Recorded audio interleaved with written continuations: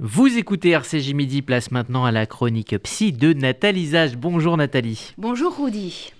Alors Rudy, aujourd'hui on est le 18 janvier et dans quelques jours, ce sera le 27 janvier, nous allons commémorer la journée internationale de la mémoire des génocides et de la prévention des crimes contre l'humanité. Alors pourquoi cette date, le 27 janvier ? C'est en référence au 27 janvier 1945, jour où les Russes ont libéré le camp d'Auschwitz. Une date symbolique donc.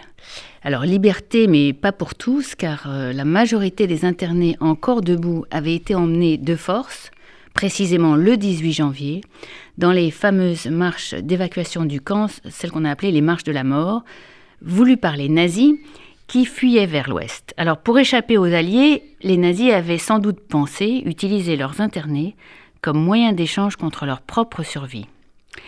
J'ai appris, Rudy, ce que c'était que ces marches de la mort par une survivante, une juive déportée de France, dont les propos sont restés à jamais gravés dans ma mémoire. Elle m'avait relaté en détail sa déportation, 2 ans à Auschwitz-Birkenau, puis elle m'avait précisé. Le 18 janvier, c'était la marche. Ça, je m'en rappellerai. Ça a duré 8 jours. Je me suis dit, si je ne crève pas ici, je crèverai nulle part. Autrement dit, après tout ce qu'elle avait vécu au camp d'Auschwitz, survivre pendant cette terrible marche était l'ultime énigme de son existence de déportée. Comment pouvait-on survivre à de telles souffrances ? Alors donc ce 27 janvier, c'est donc la journée de la mémoire. Pourquoi et de quoi s'agit-il exactement ? Alors, la question de la mémoire de la Shoah, Rudy, est une question complexe.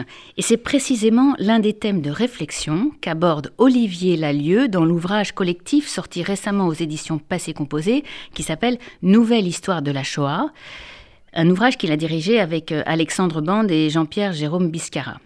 On lira attentivement cet ouvrage écrit par des historiens, car il actualise les savoirs dont nous disposons aujourd'hui sur la Shoah du point de vue de leur discipline, des savoirs qui nourrissent la mémoire officielle qui sera encore rappelée en 2022.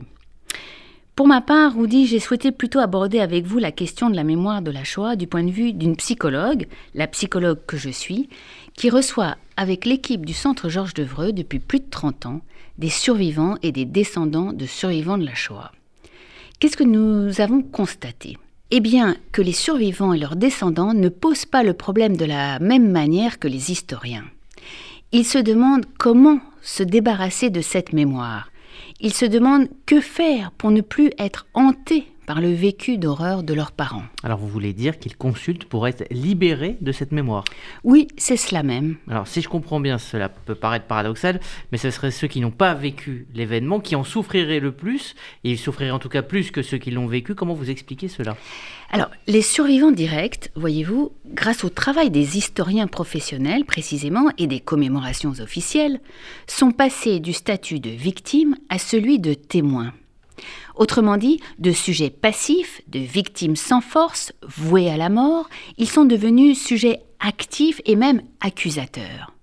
Mais ceux qui, parmi leurs enfants ou leurs petits-enfants, présentent des angoisses et des troubles psychiques liés à la terreur de la Shoah, eux, n'ont pour l'heure trouvé aucun statut, aucune raison d'être nés après un tel drame.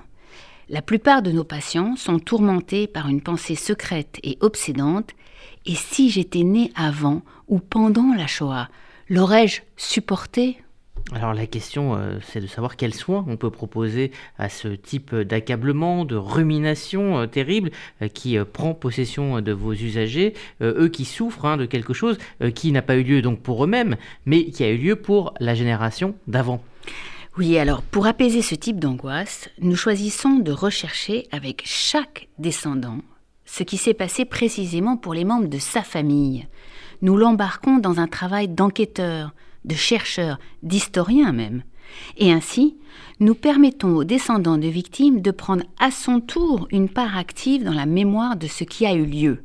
Nous l'incitons à changer de position, d'héritier passif du drame absolu. Il devient un descendant actif qui œuvre pour la mémoire et la réparation en redonnant vie aux disparus qu'il n'a pas connus.